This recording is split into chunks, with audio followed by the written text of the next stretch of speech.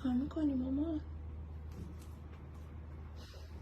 این میدونی این کیف جدید ترمه نوع ببین چیه تو توش میریزی؟ ملالنگی ها مدالنگی؟ اینم چیزمه اینم پاک کنم ببین پاک میکنه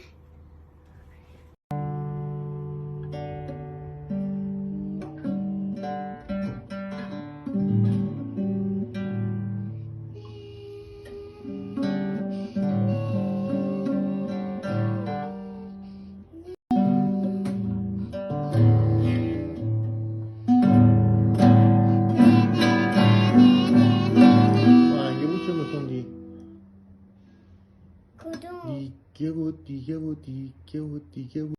چی گفتی چرا؟ گفتم داستان درست نشه داستان چی درست نشه؟ داستان همین دیگه الان شروع شد نه اندام مامان جان اونجا رفتی چی کار؟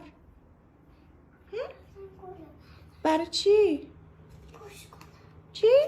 خب همینجا بذار این تو باشه بوش کن نمیتونم بیا بوش کن بیا قطعا نمیرسه وای چه اداها در میاره نمیرسه قطعا خب که چی حالا؟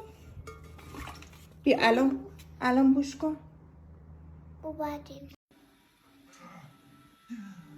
اون پیشه خوابیده آره چجوری هم خوابیده دست یه بر بالا تو هم بخواب دیگه مامانی